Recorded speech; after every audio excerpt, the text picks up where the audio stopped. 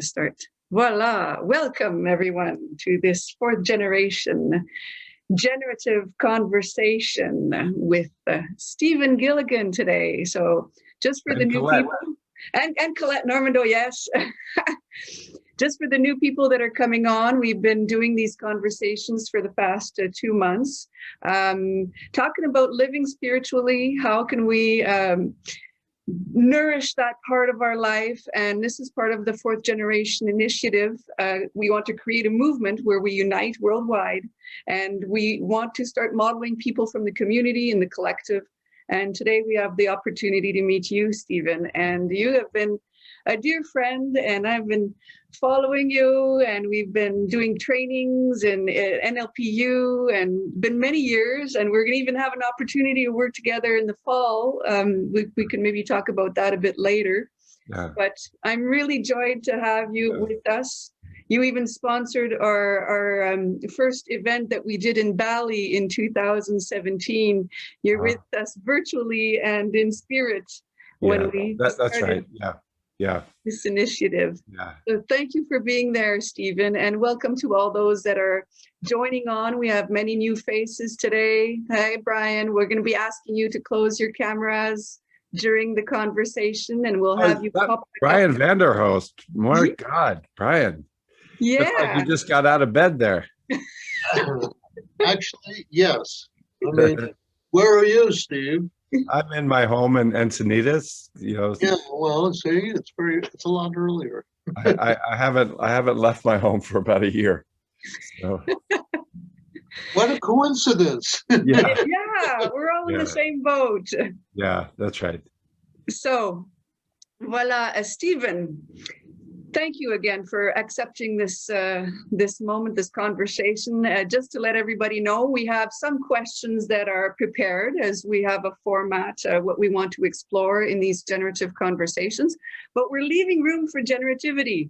So we don't know what can emerge from this conversation. So please bear with us. It will be a joy every time we get little gems from each person that we've been meeting. And if you want to see the other videos, you can go on our YouTube channel or on the Facebook page, where you'll have access to all the conversations. We had Judy and Robert in December and the core team of the fourth generation, and now people from the collective that are adding on each week to this conversation. So voila. Thank you. Great project, Colette. Yeah, we're one step at a time, one brick at a time. We're growing this collective and this community. Yeah. So, Stephen, do I need to introduce you? Everybody else I introduced, but I feel that everybody knows who Stephen Gilligan is. But if you want to give a few words for those who do not know you and are part of the I don't know. Half the time I figure that I don't know myself, so who knows? We are on that journey of discovering who we are. Yeah. So can you at least give us a few words of who you are, what you do? Well, here I am, 66 years old, living in the San Diego coast. I grew up San Francisco, Irish, Catholic, violent, home, went to Catholic schools. You know, my mother was a Catholic school teacher.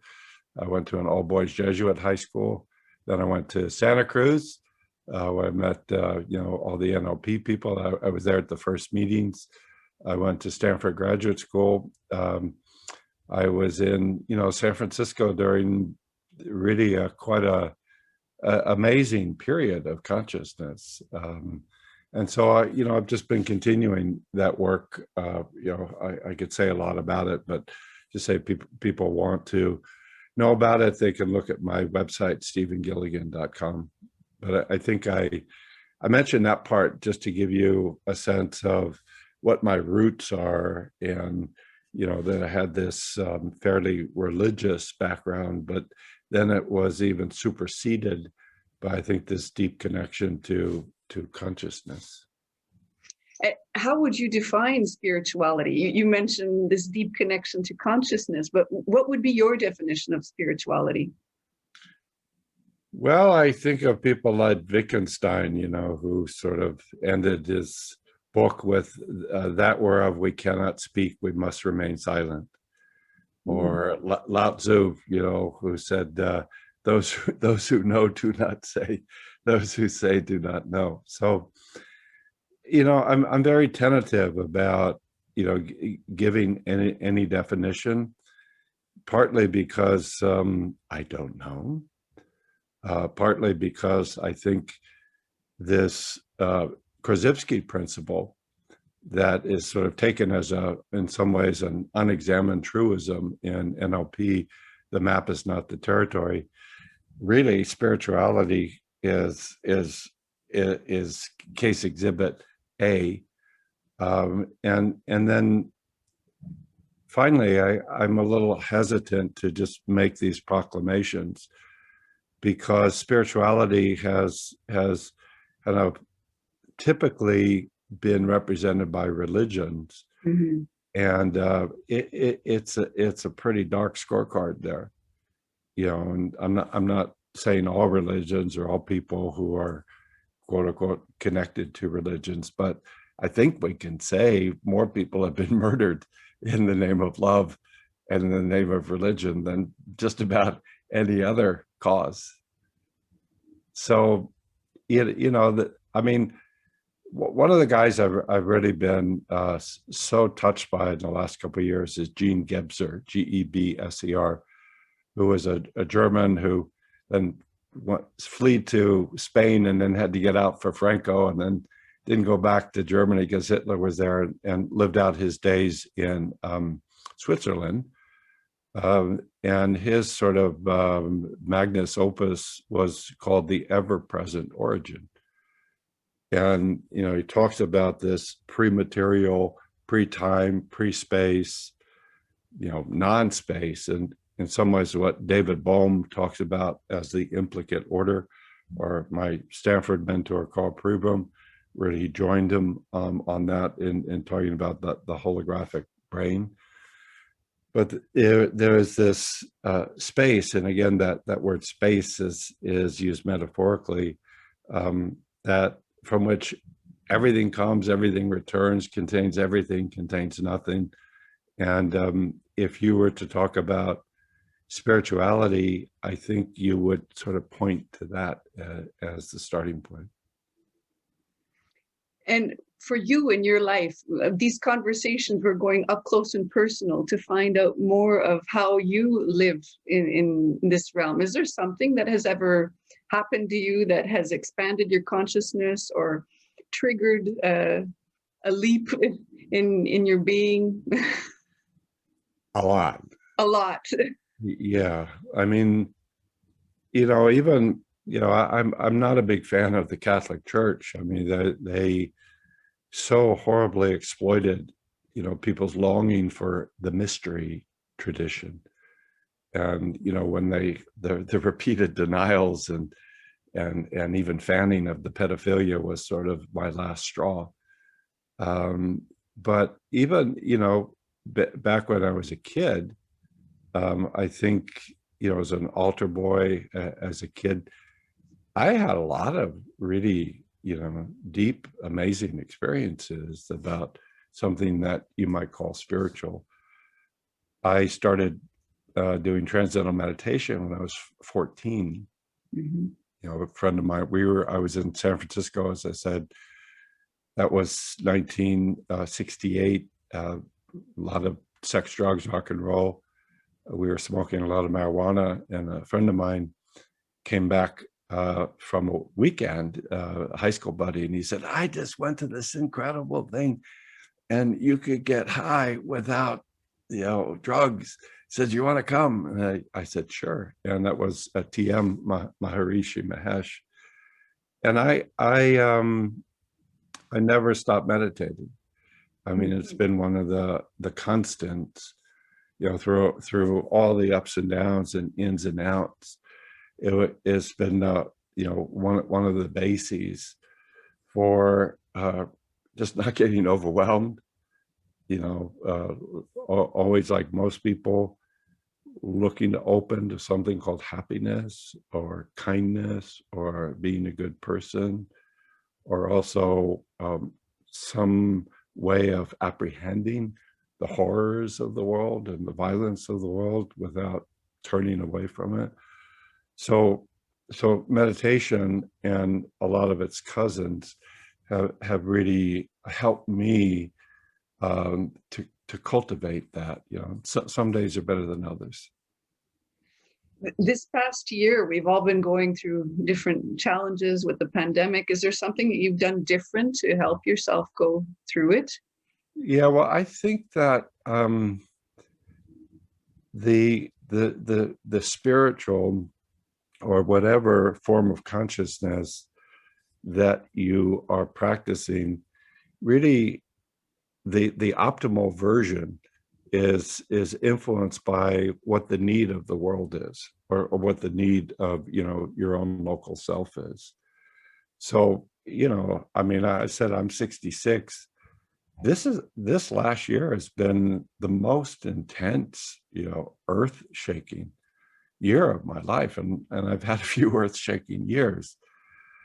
To me, there is this simultaneity of these really core structures just splintering. And by the way, Gebser talks about this as one of the signs. He calls them multiple eruptions, IRUP, multiple eruptions that signal that some great epic is shifting. And I think we're coming to the 500-year end of this what he calls the mentalist mutation, and where basically you've got a single part, one part of the system thinks that it could and should dominate the whole of the system. And that has been basically the white Christian straight male who really tried to step into that power position.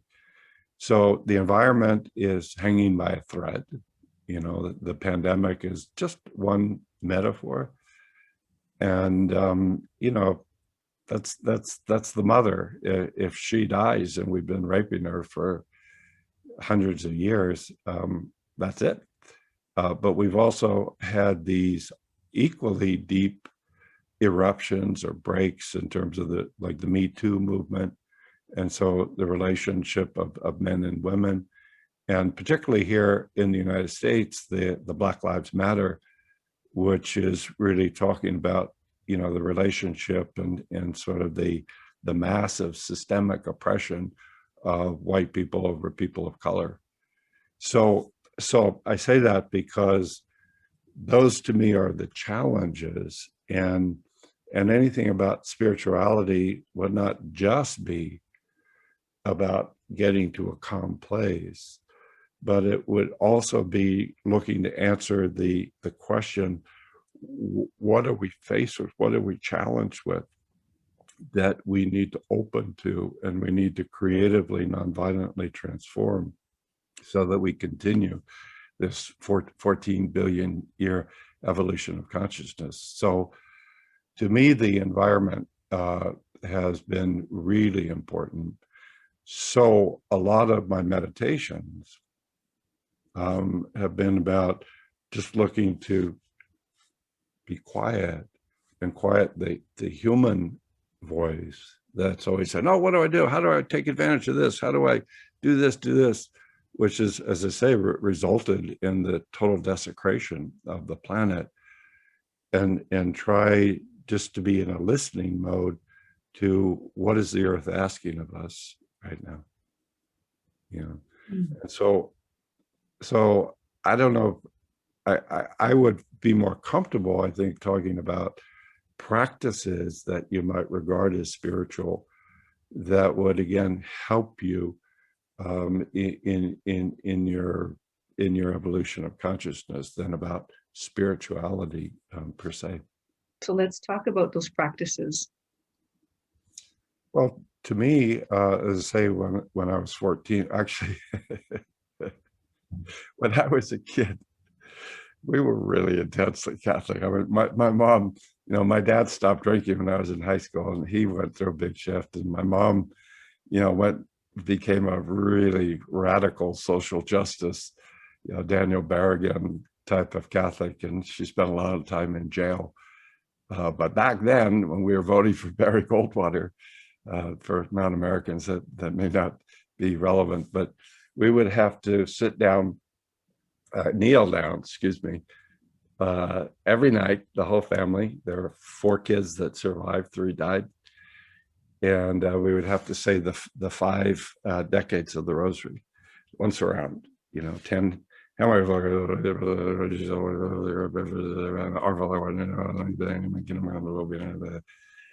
And each kid would take a decade. And we were like the house in this. We were in the little boxes on the hillside, Daly City, right on the fringe of San Francisco. But there were like 4 kids in every home back then, and our house was kind of like a meeting point. And these kids would be waiting for us to come out and like play baseball in the summer.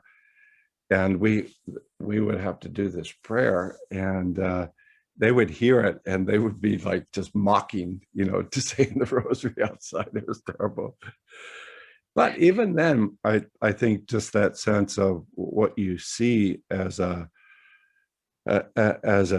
cross-cultural, pattern of relaxation, resonance, rhythm, repetition, or just continuity, circles, breaths, chants, mantras. You say that, but at the same time, and you're talking about this example of saying the rosary. And I remember when I was a kid and I would see my parents do this every night. And I say, yeah, but you guys are mumbling. You don't even remember the meaning behind it. I felt that they were just repeating and losing the meaning behind the ritual. So I think that's why the Catholic Church is really sort of just a relic of the past for most people. It's lost, as all forms do. It's lost its vibrancy for the most part. So it's not just repeating things. That gives you a way to quiet the reactive mind. I mean, this orienting response in the brain, which I think is where the disembodied intellect comes from. It responds to any sort of unexpected pattern. So you're in your Om Mani Padme Hum, and you hear a sound. Back in the olden days, it could have been a lion. Now it could be a Tesla or a BMW. If you hear that sound, you don't want to stay in your Om Mani Padme Hum, because that may well be the last one you ever do. So when you have an unexpected stimuli, the brain flushes out. It's like, fuck trance. Let orient. The head swivels, the attention narrows, the breathing inhibits, the muscle tone increases, and you're focusing outside of yourself. And you're asking the question, what's that? What do I do? What do I do? What do I do? What do I do? What do I do? Now, this orienting response, you see it in every mammal. And it's designed to last, I think, about 5 to 10 minutes, which it does for most mammals. For my dog, that's how long it lasts. But we humans have figured out a way to stay in the orienting response 24/7. That's called stress. That's called chronic stress. That's called what the Chinese call blocked qi. That's also, I think, it slams the door on the gateway between the individual ego consciousness and this more transcendental consciousness. So if you were going to have any sort of spirituality, you would have to open that door. You would have to unbind yourself from an attachment to an individual muscle tense consciousness. And so all those old rituals, you see them in every religion or every spiritual tradition, they're designed to override the habituation response and get you into what is called the habituation.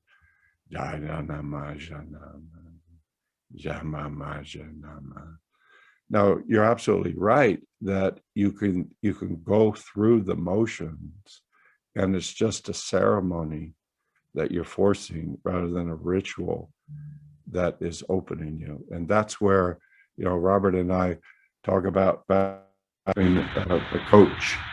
And am I still on here? Yes, you are. Okay. It says my default microphone changed. It's all good. Okay. So if you are in a tense place and you're trying to access any spirituality or any sort of higher consciousness, you will often end up more dissociated. And I think that's where you see a lot of the phenomena where people who are trying to have religious experience actually become violent, killers, because their underlying state is actually driving them further away from the whole. Mm. Is there any other practices that you've been using this last year that have supported your? Well, I do, what I would consider to be my personal practices. I usually do probably an hour and a half a day. And people say, "Wow, it's a lot." I say, "Well, if you look at my schedule, I'm really, really, really busy. And I'm pretty confident I would be hospitalized if I didn't have an hour and a half practice." So some of the other ones, reading is a really important practice for me. If I don't read, my inner Donald Trump, starts ascending. I become very coarse and cranky. And I've always liked to read. To me, when I read, it's a sort of a spiritual practice. Why do I say that? Because when I read, whether it's fiction or nonfiction, what I'm feeling for is the voice of the writer. And usually I can find it. If I can't, at my age, because I don't have to read, if I can't find it within the first quarter of the book, I don't finish the book. It's partly the writer and partly me, my state, and partly the fit between what they're talking about and what I'm really looking to resonate with. But when I do find it, it's one of the most beautiful experiences that I know. Something touches here and everything quiets down. Mm. This beautiful sort of golden space opens up, and I feel I'm inside of their world.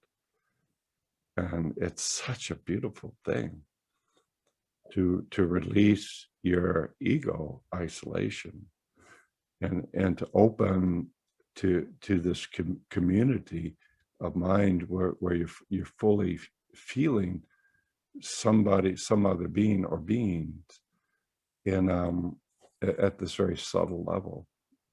That's about as deep a spiritual experience as I could describe. Working with people, when I'm lucky enough and present enough, I can find that. Just going for walks, or since I've been home, I was on the road 230 days in 2019, and I was on my way to that until March, last year, and I haven't left really. I haven't left town here, my little beach town. And my daughter has been living with me, my 28-year-old daughter, and we've grown so close. And she's turned me into an organic gardener.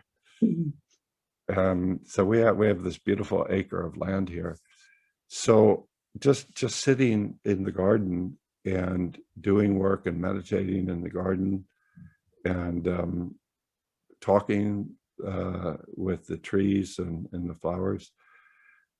When I lived in Santa Cruz, as you know, Colette, Santa Cruz campus is just one of the most beautiful campuses, and because it's in the middle of God's living room, namely the redwood forest. Oh, yeah.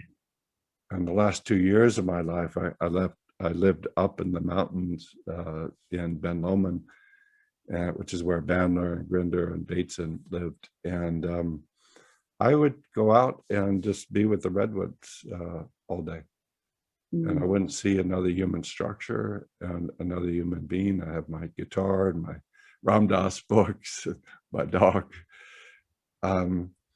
So nature and reading and meditation and trance and music is so dear to my soul. So these are connections that, if you are interested in this experience of breathing it through, letting the chi flow and let it settle you down, and then find that there's a place inside of it all that's, it's like what Gene Gebser said, it's not physical, it's before time and it's before space.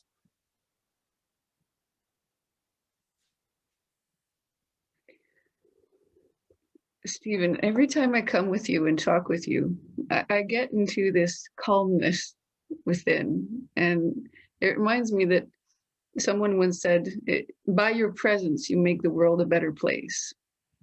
So it seems that when I just come with you, you have this effect. So Well, your calmness. I mean, those of us who do work with people, that's what we're trying to bring, right? We're trying to bring that as a base. That you don't have to, in order to really feel at home with yourself, you don't have to get rid of other people. You don't have to murder parts of your experience. You don't have to numb yourself. You don't have to drug yourself. I think that's what we're trying to do. That's the necessary condition, I think, for living in some sort of sustainable, transformational way. It's not a sufficient condition, though. What do you mean by that?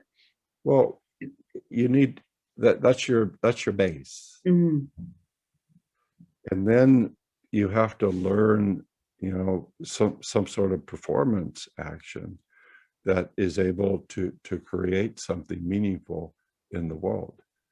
Because I think we humans, we're in the world to be able, what Jung called self-realization. We're here to realize this deeper wholeness of self, but we need to act in the world in order to do that. And when we talk about spirituality, you've got the East-West, and Ken Wilber, the transpersonal guy. I always liked it when he would say, the most important conversation of our time is between Buddha and Freud. And the East Asians, which I love dearly, and I live in China, as you know, 10 weeks a year. That whole tradition is more about spirituality. I mean, this is a generalization, but it's about quieting down and opening to the field. And so it's not doing, it's opening to the field. In the West, our sort of self-actualization or higher consciousness rituals, I think, are represented on each person has a unique life, and each person should be given the right and the support to really live their life in the highest creative, unique way. And I think we need to do both. So that place of quietness, it's the base. And then you feel, well, I'm here to live something, for my own awakening, and through my own awakening, be able, hopefully, to maybe touch a few more people. And I think, to me, I was talking about that first level of Gebser, and I would just say this evolution of consciousness goes spirit, pre-matter, pre-time, ever-present origin, nature, which is a kind of a covers a lot of ground, including the body. The collective consciousness, which is, culture and community. This very unique, emergent level of human beings, which is individual self-awareness, which is really amazing. But we're such little babies. We barely begun to walk, so we pretty much destroyed the whole damn planet, in trying to awaken to this. But I think this is what allows the Christ consciousness or the Buddha mind to begin to be realized. What Teilhard de Chardin, the French Jesuit priest, called the Omega point, and his tradition, he called it Christ consciousness, where the universe is contained in every grain of sand. Was that Donald Trump? William Blake. It was one of Bateson's, great heroes. It's this realization that the divine, that the whole, is in every moment and every grain of sand. Mm. And then from that, you figure every grain of sand has its own unique way of expressing the divine. And so that's what human beings do, is that each of us has our own individual way of singing our song of the divine. It's kind of like the end of Hermann Hesse's Siddhartha, which was one of my favorite books. Still is. Yeah. He's looking at the river, after being on his long hero's journey, and he's tried to convert his son, and his son is saying, "Fuck you, Dad," and he's looking in the river, and he sees in the river every face of every being he's ever known, and they're all singing, and they're all singing the same chorus, and he's enlightened. So I think that's what our challenge is. So we're called then, with our spirituality, to create social justice systems, communities of mind, ways of thinking and ways of being that really support that. And I think what we're headed to, so spirit, nature, collective mind, individual self-awareness, that moves to what Gebser would call the integral mind. And that's, I think, where we're poised on the threshold of, but it's really intense. We may or may not make it. What are you here to create in this world? What's your song? Well, it's hard to give a simple answer. I don't mean to just be avoiding the question. I really think the answer to that, when you ask that, what happens is that I find myself connecting to something here, but it's so deeper than words. It's so deeper. So anything I say about it, it's just a story. Now, luckily I'm Irish, so, we revere stories, but it's all blarney. Mm. You're just talking. So what we're trying is to think, of answers to that, or spiritual answers. They're songs, they're poems. And, we don't say, we can argue, but we know we're full of shit. Who's the best band of all time?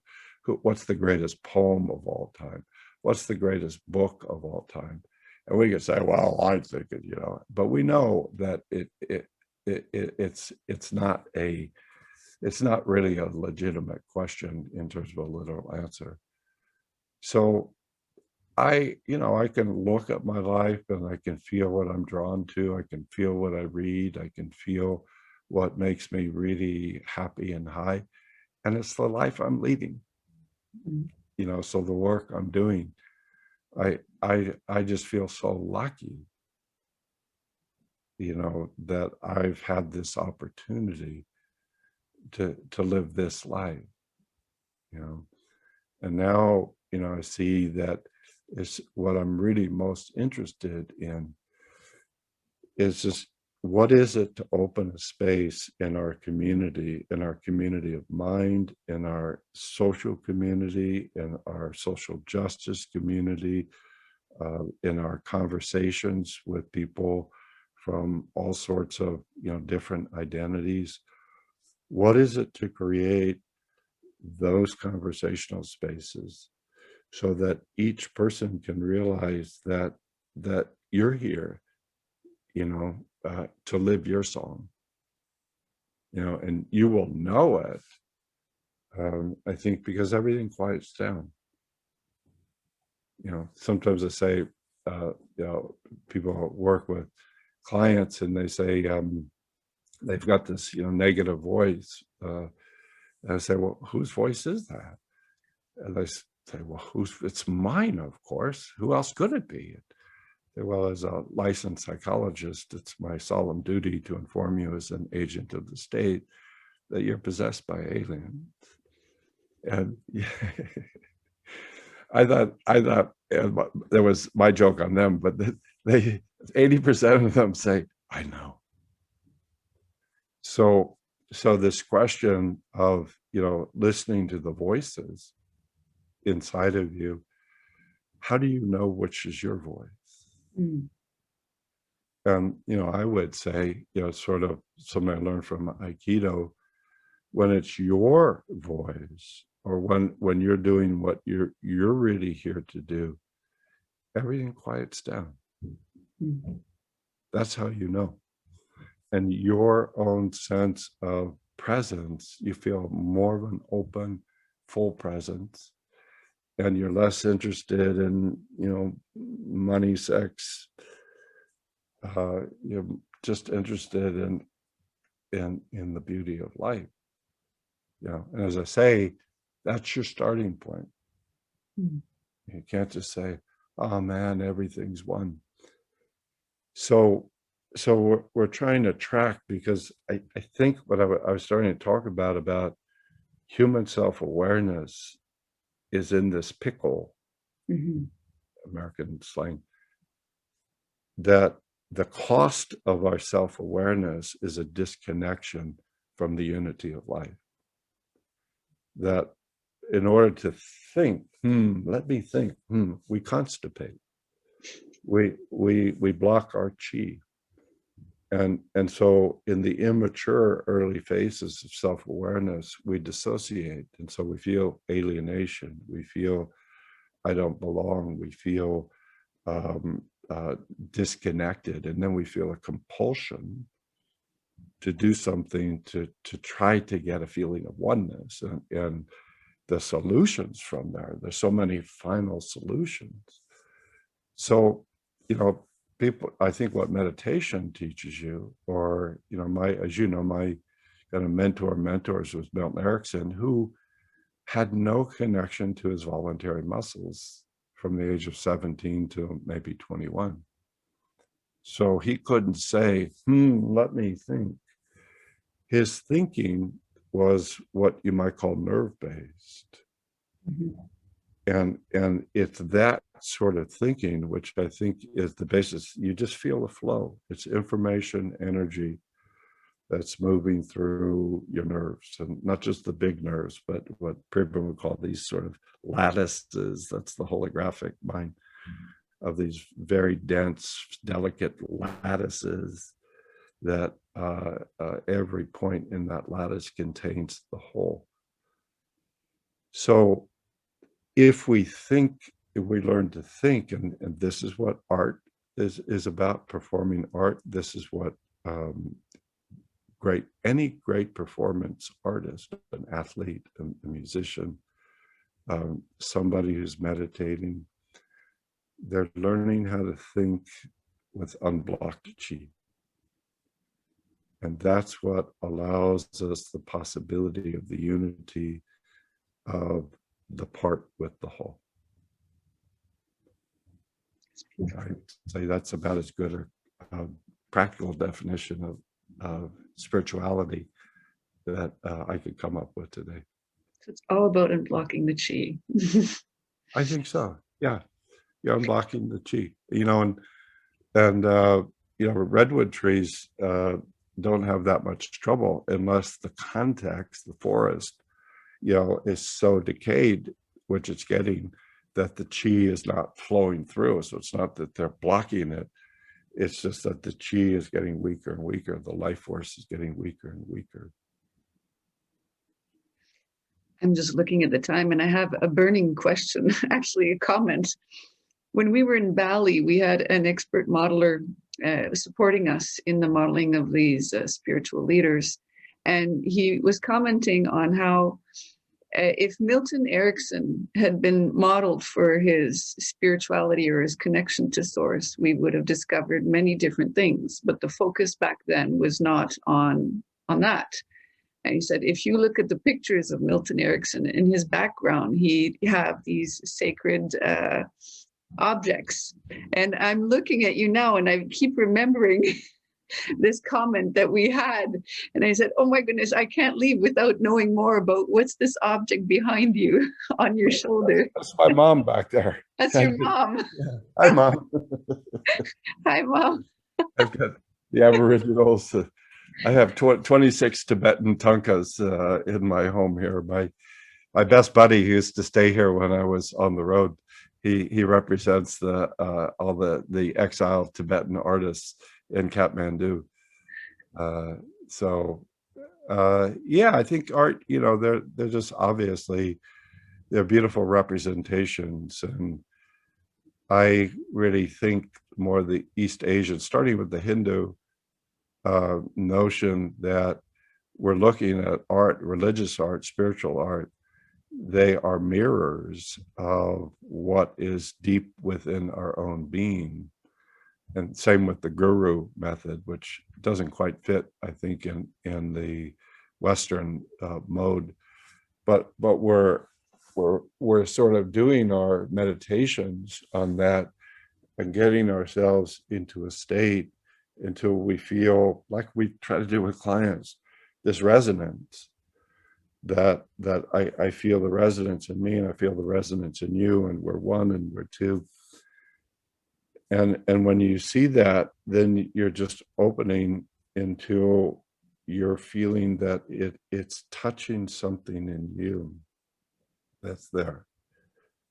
So art, I think, is probably, I mean, for me personally, it's a far better spiritual practice.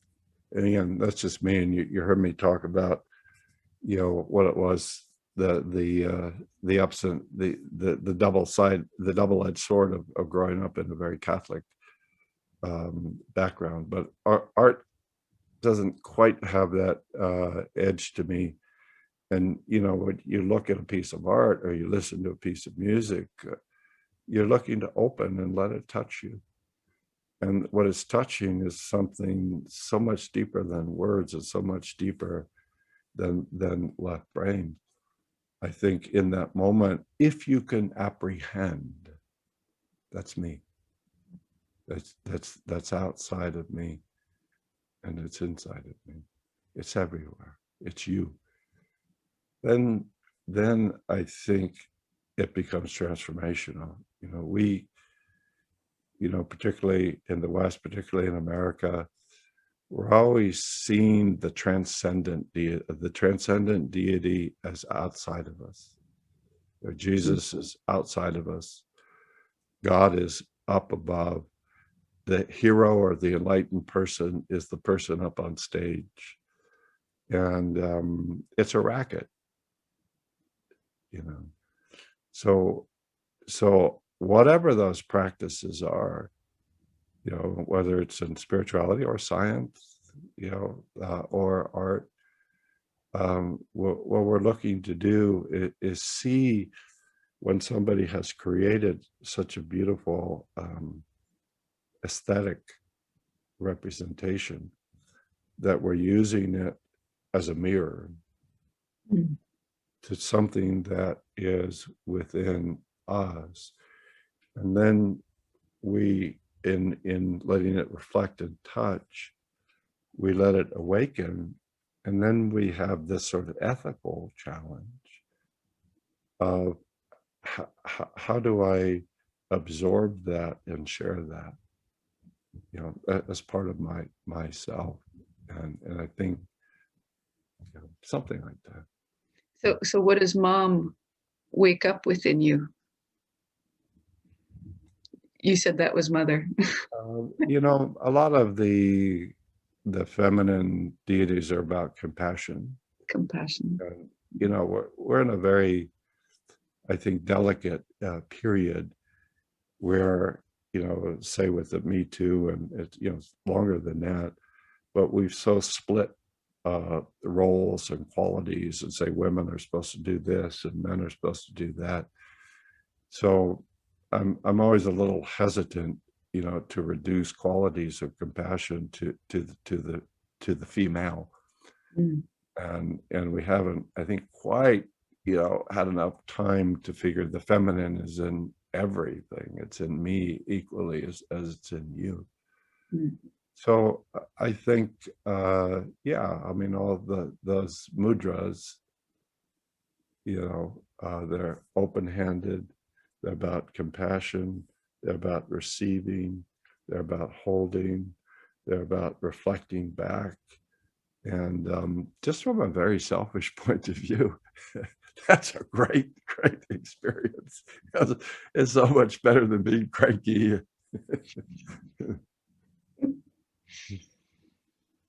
Thank you, Stephen, for all these pearls of wisdom, unblocking the chi and seeing how the art resonates for us, and coming back to that reading, and walking, and just being. I'm sure we have people in the collective that have questions for you. So I'm going to open up and ask everyone that's on the Zoom call. You can open your cameras and your mics. We can join the whole family. You can come on and we'll listen to your questions for Dr. Stephen Gilligan. We have people from Norway, from UK, from Russia, from Quebec, from Martinique. So everybody can come on. And will you, how are we going to pick somebody to ask a question or speak? Actually, just the first person that has a question for Stephen, you lift your hand up or you do a thumbs up with the reactions on the Zoom button, and we'll listen to you. So who is the first to have a question for Stephen? Cécile. I always go first. So Cecile is a very known investigative journalist in Martinique, so she's always out there in front. And by the way, Colette, you ask great question. Very straightforward, pretty cool. It's not that much a question. It's more I want to speak a little story, because it's kind of interesting how at the beginning, Stephen, you were kind of wandering around, trying to find an entry point, I think, to the topic. And my feeling, what I want to say is that I first enter into your training when I was into Steve training when I was something like 27, I think 27, and I had no experience of spirituality whatsoever. All my background was total vacuum of spirituality, all atheists. There is no God, there is no field, there is no nothing, there is. And I was very, very happy to be introduced to a female Jewish writer whose name is Eti Ilesum. She died in the concentration camp, and she was my first introduction to spirituality. And I find a quote of her that I will tell you. She says something like, "There is a well very deep inside of me, and God is in that well, inside of me, not outside, inside of me. God is in that well. Sometimes I can reach him or her or it, and more often he is covered by stone and sand. God is buried. We must dig him or it or she up again." So I knew spirituality because of that. When I entered into Steve training, it was for hypnosis. And then there's this guy who is living and who is actually saying the same thing that this woman is saying. So that's just my little, memory that maybe you're not talking about spirituality, but you're talking in a way that allow people to connect to that, the God within, the practice, the God that is within and not up there within, and kind of introduce people to their soul sometimes, when they come from a background like me, and I'm pretty sure that there are a lot of people like me. You take for a given the field, you take for a given the soul, because maybe you have think a lot about that, but for a lot of people, especially in the Western, this is not that. So this is my what I wanted to say, and the ongoing conversation with the soul is still there. Hey, Cecile, do you recognize that guy? He's up in my upper left. That's Brian. Hey, Brian, raise your hand. Yeah. What, the Brian of no kidding? Yeah, that's Brian. Oh my God! Talk about a loop! Wow, you're the one who was the first training. Brian brought me to Paris. When was that, Brian? Yep. How long ago? Oh, that was in about 1996. Huh? 6? Oh, Yeah, Okay. I think so. So yeah, those were the trainings you were at, Cecile. Brian was running repair. I remember Brian. Okay. I do. Oh, good. Yeah, I do. You didn't have a beard. Somebody has to. Hey, I had a question for you, Stephen. Okay, Brian, go. What kind of music do you like? What kind of music do you play? Well, you mean, do I play personally? Yeah. You mean like on my Yeah, guitar? you said you took your guitar to the woods. I'm one of those people that is just stuck in a time tunnel in terms of the music I can play. So, Grateful Dead were my first therapists. I was a San Francisco boy, and there you go. I remember you playing. Okay. No, so- because I was talking with Bill O'Hanlon.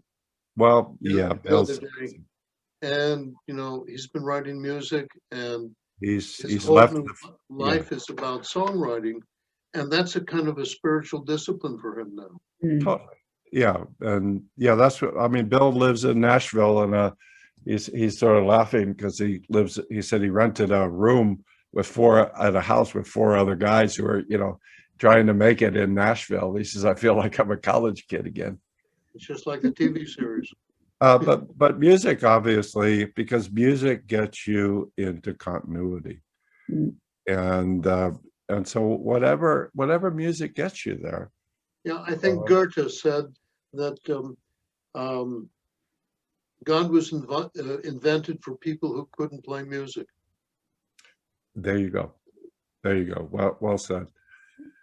So, just the one thing I would add is, for a lot of those experiences, like music or like trance or like psychedelics or like whatever, it gets you to this point of where you feel connection to everything, but you don't fully open up. You try to drive through it and hold on to it.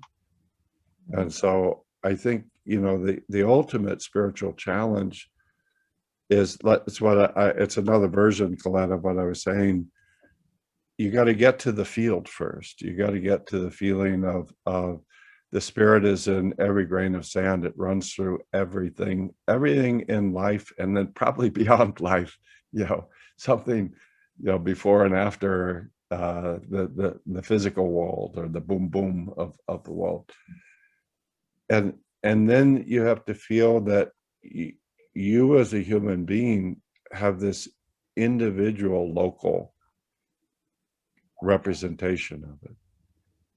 And the goal of really spirituality is to unify those. Same like in trance, like people think, I just go into trance and I drool, and my unconscious, takes care of everything. It doesn't. That's a drool state.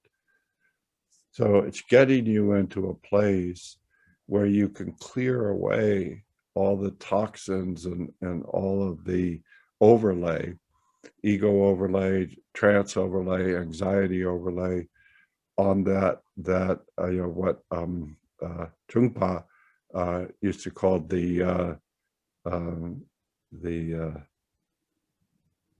was called the gentle center. And then to realize that that's your authentic mind. That's your authentic mind. And so the logic for it is always like tetralemma logic. It's like whatever you say is true, the opposite is equally true. And so it's sorry if I'm rambling a little bit there. You're not rambling, you're reminding us. We had talked about this in a past generative conversation, and one of the tools that had helped us in our awakening moments was the tetralemma. So we said, thank you, Stephen, for this contribution. Yeah, and And you know, I tying think all the stories. ultimately, sorry, Colette, I just want to say, I think ultimately what we're facing is deep fear of vulnerability. You know, that if we really fully opened, it's like a primordial terror that something would just smash us. So we're trying to hedge our bets and hold an ideology and then open to the field. And so it like covers our backside, you know, because anytime we hold an ideology, we're building a wall. We're creating an energy wall, you know. And so is it possible and is it advisable, you know, to get to a place where you feel that total vulnerability, and then you open from there. And that's kind of where I am in my practices these days anyway. Is there any other question? We have time for one more, maybe. If not, we're going to close for today's session with Stephen. We have Garrett from Norway. You see what it is? What is that, Garrett? This redwood seed from the bookstore and university, you know. And when planting the seeds in Norway, in the Norwegian wood. That is awesome. That's awesome. This is representing for me the seeds, everything from Santa Cruz, because it's life inside. And when I bring it around the world, I can put this in the earth and it grow a tree again. This is for me so fantastic. So spiritual. I love how Stephen put it. It's God's living room. So God's living room is now in Norway. Well, you know that there's the old Jewish tradition, when somebody dies, you plant a seed of a tree. So Milton Erickson, you know, used to say, I know him in his last 6 years, and he would say, first he would say, you know, because people think, oh, the guy's so on his last legs, he's going to die before he can give me therapy. You know? and he would come out and say, I understand a lot of you have been talking about the possibility of my death. I want to assure you that will be the last thing that I do. and then he said, if there's any way you want to honor my life after I've gone, plant the seed of a tree somewhere in the world. So just talking with somebody in New York City, right next to the John Lennon Imagine place is the Milton Erickson Memorial that I was there in 1981 with Jane Parsons, who's still around at like 98 years old. And we planted 80 purple flowers in this memorial place in Central Park. Not flowers, trees. So Beautiful. how are the trees doing in Norway? Before? We are living in the wood and the shore, the Atlantic Ocean, so we can look to Ireland. We can see Ireland. Great, awesome. Thank you for sharing that. Stephen, we have a question or a comment in the chat. I don't know if you see it, from Jonathan Brooks from the UK. He says, your thoughts on the saying, if you meet Buddha on the road, kill him? That's a little too violent for me. Let's have coffee with him. Let's have coffee with him. Okay. I mean, we're really trying to look at, I'm not this sort of just totally sweet vegan guy, even though I was when I was at Santa Cruz. But you know, we're trying to really, when we get to that place of the place inside of thought, we're really witnessing all of these toxic condition patterns, and one is, you know, basically in psychology we call them the 4 F's: fight, flight, freeze, and fold. And these are the 4 drugs, I think, that we're addicted to. And those toxic drugs are what cloud the field. And you know, it's already hard enough. Why would you want to like pour drugs? And because, you know, those of us who have been through our drug period, you know, I think can maybe answer intelligently at this point, because it was just trying to ease the terrible anguish and hurt and of life. But then, you know, hopefully we learn drugs don't solve any problems at all. Violence doesn't solve any problem at all. Would I take out Hitler? Absolutely. But it doesn't change anything. You got to take people off the playing field who will really destroy life. But in terms of any sort of happiness, it's not, killing Hitler is not going to do it.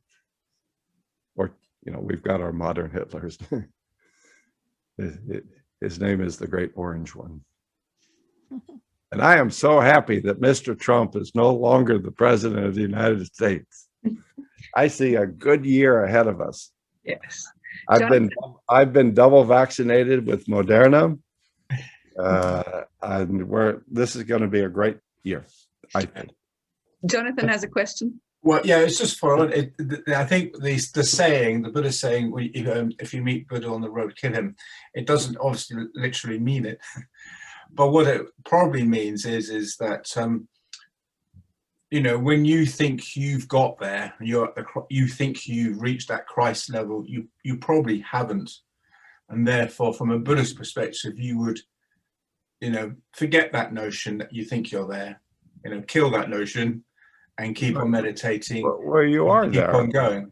You know, I think you'd say you are there. You know, the Buddha is me. It's just it's when you think I'm the Buddha and you're not. That's when things get a little rough. Mm-hmm. You know, and so, you know, I'd say I mentioned that practice, the East Asian meditation tradition with art, where, okay, you see the Buddha on the road and you feel if it is agitating or touching you in any way, it is resonating with something within you that isn't fully integrated. So rather than throwing yourself at the guru, rather than saying I need the guru and then I'll be awakened, or rather than killing him, you say, oh, that's touching something really important in me. And so I really want to say where it's sort of this guy who does, what's his name? He does the bearing witness. He's the Buddhist guy. Brian, do you know who I'm talking about? From New York. so his whole practice as a Buddhist teacher was, it's nice to have these sort of beautiful pastoral places for sesshin, but it's also really good to find a place that is really touching you and do your sesshin, do your extended group community meditation there. So he did it first in the 80s during the Reagan administration, where there was a lot of homeless people in New York. And so he went out with his group and they sat for 10 days in the winter of New York. They all had $1 a day that they survived on. And they were just there to sit. And he talks about it as these 3 stages. Feel something that's really resonating in you and say, oh, that's what's calling me. Sit down and do a bearing witness. So you do your, whatever your centering is, and you just notice everything that's there. You're not trying to change it. You're not trying to run from it, whatever. And then after you've done that for some time, he likes to cook. He said, take the ingredients of everything that showed up and make it into a healing meal for yourself and for others. He did that, and out of that, they formed this bakery, the Greystone Foundation in Yonkers, New York, that was run by homeless people.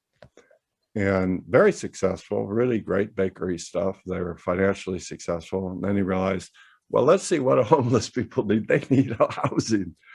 So they created a whole housing community around that. And he did this for a number of things. He's Jewish, and he was visiting in Germany and Poland about 10 years later. He went to Auschwitz. His just started going beep, beep, beep, beep, beep. He said this is where the next retreat is. He had 100 people, Jews, Germans, Poles, Catholics, and they were in the entryway of Auschwitz, and they sat for every day for 6 days. And the Nazis kept very meticulous records. And so they had the books of all the people that were murdered, and people sat on the 4 corners of the meditation space and they just read the names.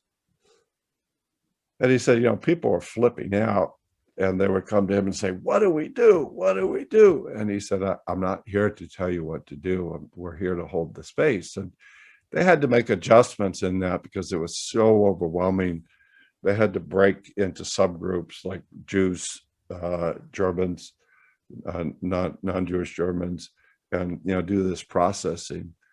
And out of that, he created the Order of the Peacemakers. And it's still active, and everybody in this who takes their vows feels, what do I feel? What is the community that I feel called to serve?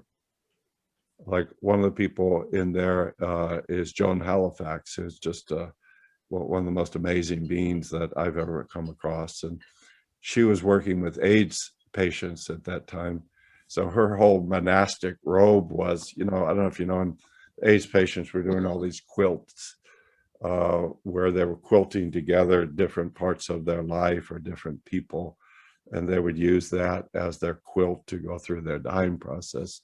She had her whole Buddhist robe as a quilt from all AIDS patients. And so everybody had their own calling.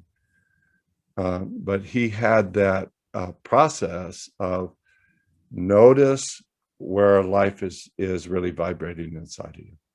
That's where you know that you're called. Make a commitment to not say, what do we do? What's the 10-point program? How do we change this? How do we eliminate?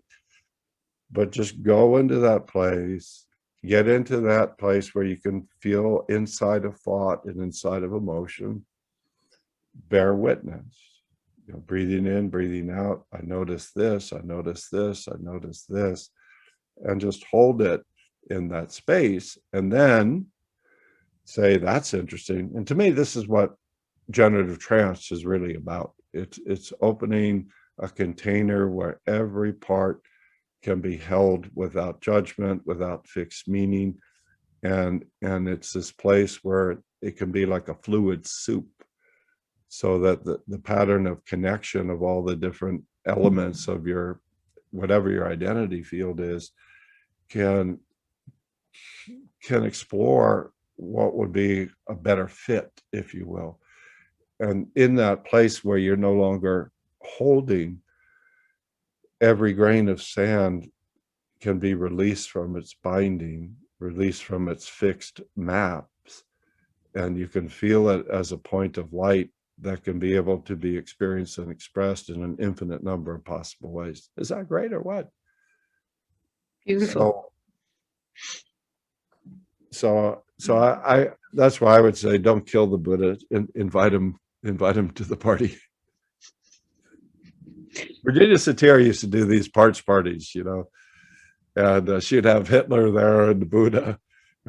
We have in San Diego Trance Camp, we have this deep trance identification thing on week 2, and we usually do it. We have people in like subgroups of 6 or 7, because they're in the room and I'm guiding them through. They pick somebody they really, really want to more deeply feel a connection with. And sometimes people pick their father, or they pick, you know, there's usually the obligatory Ericksons and Buddhas. The Dalai Lama usually shows up, Gandhi, and you go through into this deep trance and you let go of your persona. And then for that prescribed period, you slip into their persona and just feel what it's like. And in the group of 6, you open your eyes and you basically introduce yourself, sort of like a parts party that Satir did.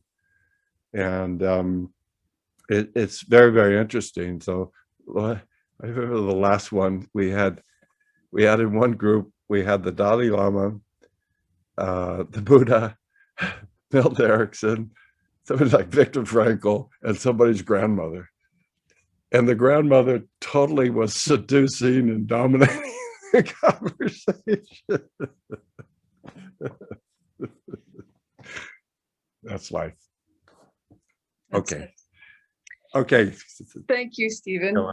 Yeah. I'm just reminded of something you said to me about 15 years ago. We had gone out for dinner and I was in my NLP bubble.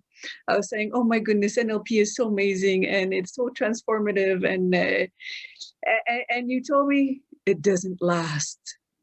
And I said, what do you mean it doesn't last? I said, you can't burst my bubble. I am so excited by everything it does. He said, it doesn't last. And I finally figured out what you meant of it doesn't last, that it was practice, that it was daily practice. And today you offered us many different ways or practices to integrate in our daily lives to support us through this journey, and honoring that grain of salt and that light that we want to bring out into this world. Colette, thank you for bringing us all together. Really appreciate it. Really appreciate your vision and your creating this whole conversation. You're the mother of this, and it's your sort of inspiration that's bringing us together. So thanks a lot. And we're excited to see where the journey leads us. Next week, we have Reb Veal with Alia, who will be probably sharing spirituality and M-braining. She is a specialist in M-braining and also a master trainer in NLP. So thank you so much, Stevens. Thank you, everybody. And we look forward to seeing you next week. If you want to join us on the Zoom or on the Facebook Live, please write to us and be part of this collective journey where we're exploring different maps of spirituality, awakening more spiritual intelligence, which is holding all of that together. So thank you, everyone. Take care. Till next time. Y'all. Thank you, Stephen. Bye-bye. Pleasure.